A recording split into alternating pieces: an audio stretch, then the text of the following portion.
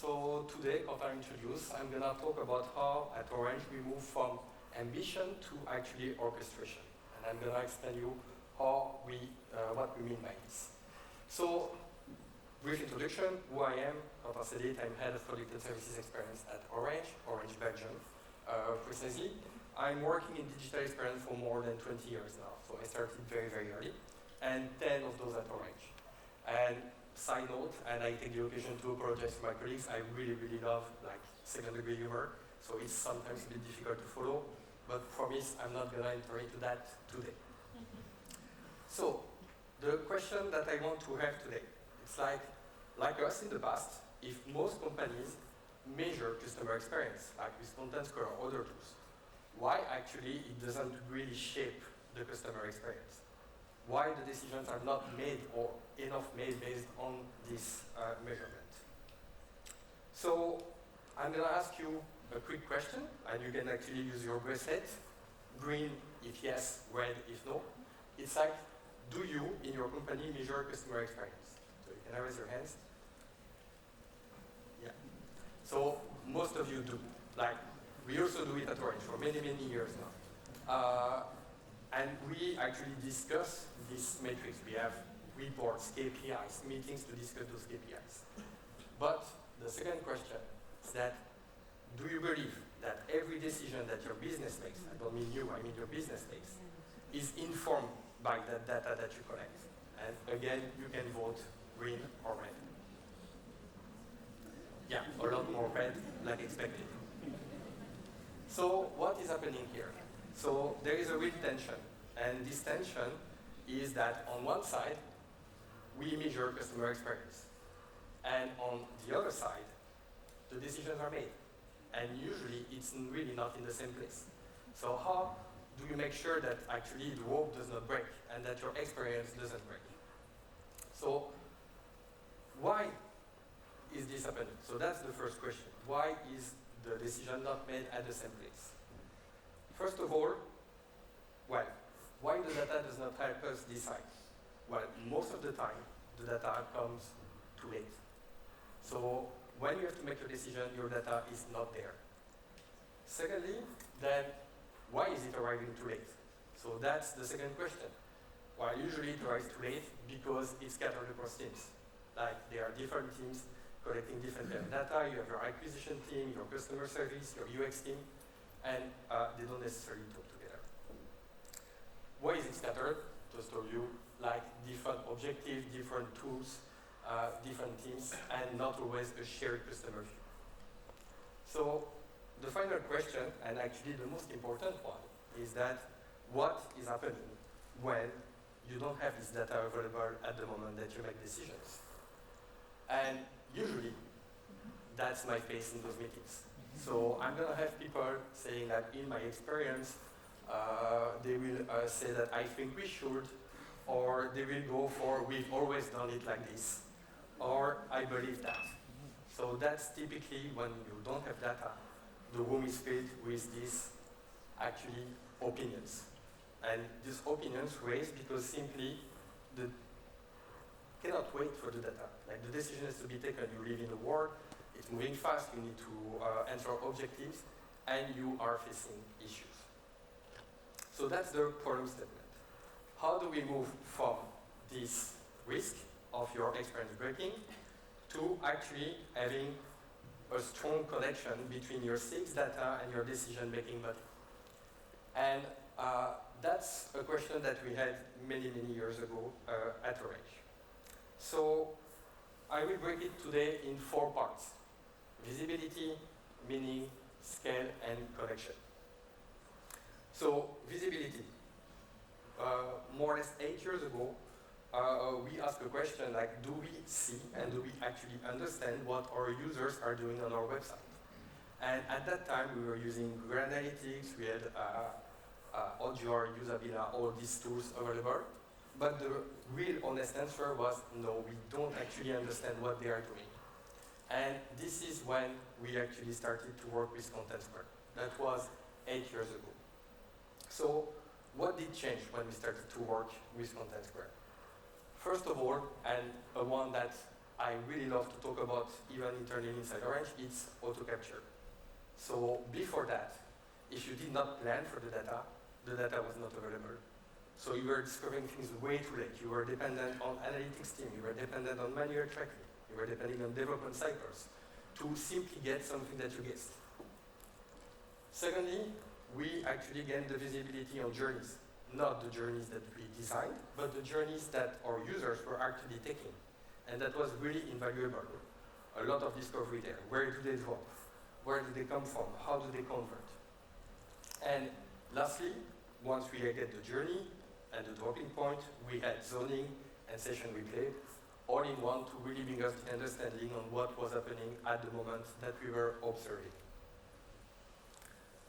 So, a clear example of that. I'm briefly going to talk about it today. So, last year, actually, we wanted to change our eShop for BeWeb, Hey Telecom. So, the purpose, increase order value. So, we do everything right, or we think. So, we have a new technological stack which is more robust, we have a better UI, and we add an extra step in this journey. So we do our testing, everything goes right, QA goes fine, functional testing goes fine, and we are good to go. What's happening? That's the face of the team once we launched the project. What happened? Well, we actually lost 50% conversion. And this 50% conversion, that means hundreds of thousands of revenues per month until we fix the issue. In a normal cycle, like we had before, we would have had to first wait for the sales result to come in, analyze, see if we had the normal tagging plan, see if everything was in place so we could understand. But thanks to Contentsquare, we actually took more or less 5 days to resolution. So that was really, really fast. And that's, of course, Contentsquare with the human aspect and the methodology that we put in place. But I'm going to stop talking about that now, because that's the case that you're going to see in the awards later on. So I will just say and finish that quote for us. My colleagues really, really deserve it. So now that we have the visibility, that's good. 6 years later, so this visibility part, that was good for 6 years. We optimize our website. We really go forward. Conversion rate optimization. But at some point, we really reach a plateau. Our CRO is not performing like it used to. Our A/B tests, they don't have the same impact that they had in the past. And we really lack meaning. So how do we get to this meaning? And this is really when we actually did two things. First, we hired our first UX researcher. Everything I told you before was done by designers, no researcher. And we introduced actually Ojar and the VOC. So two aspects. We integrated the VOC into the touchpoint and within Contentsquare. Why is this important? Before we were collecting, we had Uselia. The difference is now that we can link the surveys and the CSAT to the actual experience and really link the two together. So this is the first game changer. Second part, the panel. So recruitment for research was made in another team. We did not have control about that. We had very, very, very long lead time to get just few people to interview. With the panel and with the way that we can recruit directly on our touch point, while we actually went very, very fast. And the results is that those cycles, which sometimes took months, now it's weeks. I can say even sometimes days. And this is one big step for us. Like if I go back to the beginning, where I said that data is not there in many decisions, this is helping us to bring this data at the right time. A small example, and I'm going to ask you also to participate here. So it's the impact of promotions. In our business, we all do promotions. And that's been a very long conflicting story at Orange. Like, what do we do with promotions? On one side, sales report, conversion report, they tell you like, yeah, it works. We put a promotion, it goes, our sales are getting better, all good. On the other side, well, when we interview our users, they tell us like, yeah, I don't really care for the promotion. The promotion is not decisive. It's not what's gonna help me to purchase. So we really have this conflict between the two. The data tells us one thing, the customers tell us another thing. And want to ask you, who thinks that data is right? And raise your hand if you think that it's data which is right. Yeah, okay. Who thinks that actually customers are right? Yeah, a bit more people. So actually, it's both. So what we learn by really having all the data, the behavior data, and the VOC together, is that they are both right, but not at the same time. And the key differentiator here was that we understood with our analysis that the promotion is driving volume, it's driving curiosity. It's not helping us to convert. So it's actually right that the customer does not use the promotion to make his decision. So what they tell us is right, but it drives sales because we simply generate more volume on our website. So, third part, scale. So, what do I mean by scale? So far, everything we've been doing has been done on the website. So, we've been optimizing our website since 2018. Lot of iterations, lot of modifications, and really a good visibility about the journeys, the behaviors, and the understanding. But then, on the app, I don't know for you, but for us, it rather looked like this. So, when we are talking about the app, we were absolutely completely blind. So yes, we are Firebase, but we again depend on tagging plan. We depend on development cycle. We depend again on the fact that we had to anticipate what we want to track before going live. And that means that even if we wanted to, because we tried for many, many years to track the app, we never achieve it. It's too heavy. So the decision that we took is to go for HIP, so the new tool by Contentsquare. But it was not that easy. What do I mean by that? So we want to scale our methodology on the apps. That's a given. We show the results. So we have proven that the approach and the methodology and the team works well. We have achieved very strong results. So global conversion on the website multiplied by 3 between 2018 and 2024. And now we want to scale it to the app. Problem, budget. So of course, we all live in the world. 2024, in Belgium specifically, 4th operator coming in, really tight budget, we had to prepare for them. So it's not so easy to scale up and to actually get the budget, even if we want to. So how did we justify the additional investment? And that brings something else. So we did a proof of value. And this is actually where the human aspect was very, very important. Because at this point, it was not just testing a tool, it was really a collaboration with the Contentsquare team. So they really helped us to leverage this proof of value, to really go deep with experts, to really get us into this data, and to get the most out of it and to build our case. So what did this proof of value give? So it was on a limited scope. So we did 3 months on our big brand app, smaller volume, easier to implement, and we got instant insights and quantification. And the example that I'm going to take here is that from the app reviews, we know since the beginning that, well, the app doesn't really have good reviews. And we know that there is an issue with login. But each time we bring this discussion, it's, yeah, some people have this problem. It's not everyone. When I try to connect, it's working for me, so it's not that important.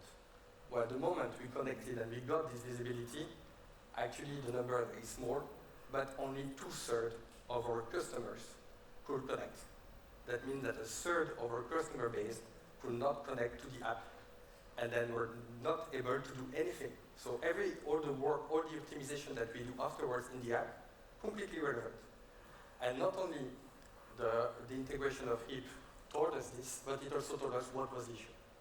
So that helps to reprioritize the project, to really change, and now we are in beta testing, but the new app is actually solved this issue, and we hope to see the results directly in HIP, which is deeply integrated in the new app.